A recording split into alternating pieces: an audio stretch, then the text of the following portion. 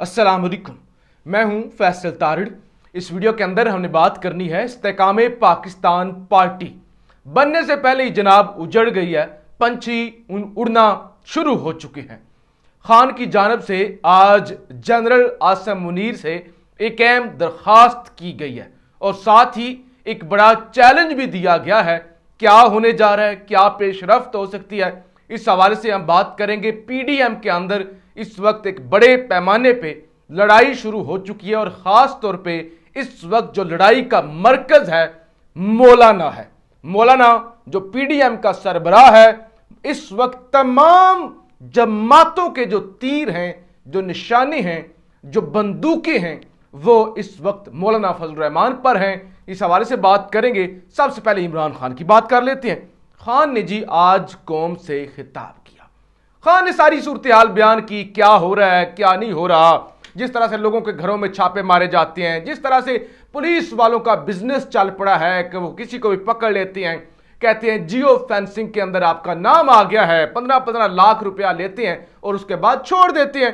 ये जब एपीएस का सानिया हुआ था उस वक्त भी पुलिस ऐसे ही किया करती थी कि किसी को भी उसके साथ रिलेट करना, लोग डर जाते हैं और फिर इस तरह का जब सूरत हाल होती है तो फिर वो कोई पूछता भी नहीं है, वो आप जिधर जिसको मिला दो सब मान लेते हैं। तो लिहाजा अब उस खान ने यह भी कहा कि जिस तरह से खवातीन के साथ कर रहे हैं, जिस तरह से घरों में तोड़ फोड़ करते हैं, और ये पुलिस ने ये सारी बातें की। और इसके अलावा आज फैसल फारूक चीमा साहब, जिन्होंने कल जो है वो पार्टी छोड़ी थी और उनके बाकी पूरे खानदान ने, ये चीमा बरादरान ने पार्टी छोड़ी थी, आज उन्होंने एक पोस्ट की और उसके अंदर उन्होंने सारी सूरत हाल बयान भी कर दी कि हो क्या रहा है। वो कहते हैं मेरे सरगोदा घर 2 दफा रेड किया गया और मुलाजमीन को मारा गया, मैंने बर्दाश्त किया। मेरा लाहौर वाला सारा घर तोड़ दिया गया और मुलाजिम को मार मार कर बेहोश कर दिया गया, मैंने बर्दाश्त किया।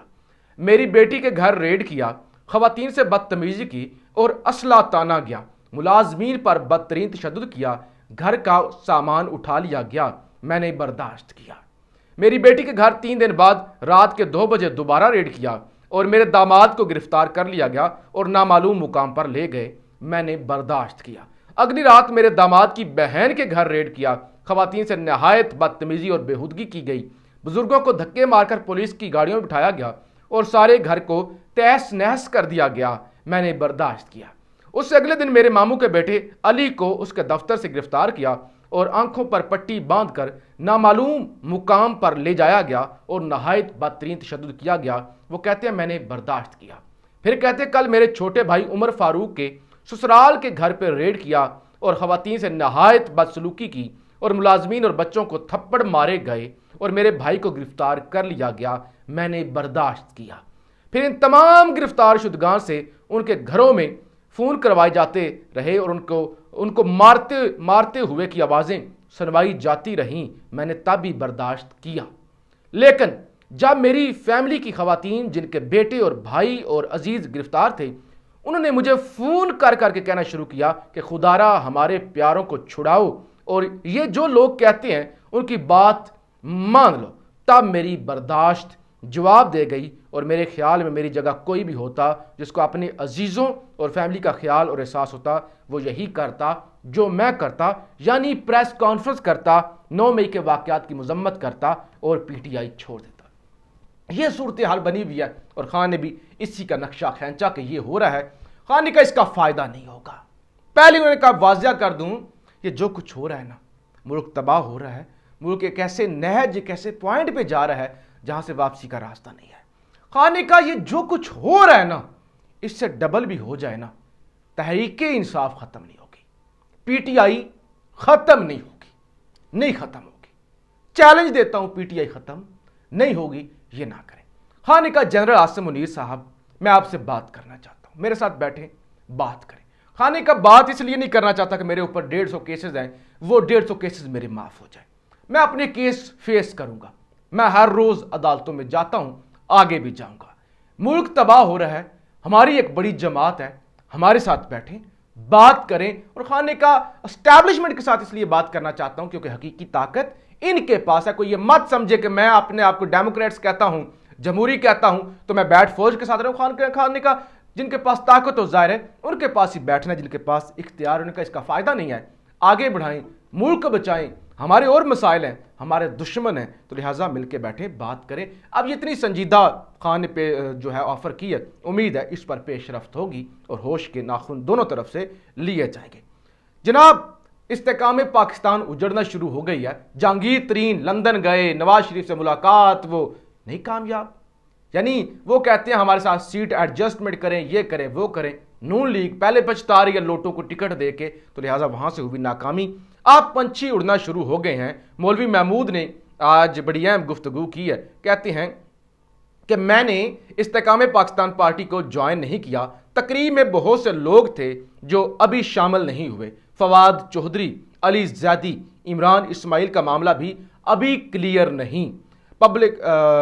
یہ پبلک پلس پروگرام ہے، ضمیر حیدر صاحب ہمارے سینئر ہیں، ہمارے استاد ہیں پبلک نیوز پہ، ان کے پروگرام کے اندر انہوں نے گفتگو کی ہے، کہتے ہیں کہ نہ تو فواد چودھری نے جوائن کیا ہے، نہ علی زیدی نے کیا ہے، نہ عمران اسماعیل نے کیا ہے، اور نہ مولوی محمود کہتے ہیں کہ میں نے یہ جماعت جوائن کی ہے۔ فردوس عائشہ کوان کو البتہ آج سیکٹری انفارمیشن لگا دیا گیا ہے، تو ان کی جو ہے وہ سارا حساب کتاب جو ہے وہ پورا ہو گیا ہے۔ تو یہ ہے استحکام پاکستان کی کہانی جو میں نے آپ کے سامنے رکھ دی ہے کہ کس طرح سے اب وہاں پہ پھوٹ پڑی ہوئی ہے اور کوئی بھی جانے کے لیے تیار نہیں ہے۔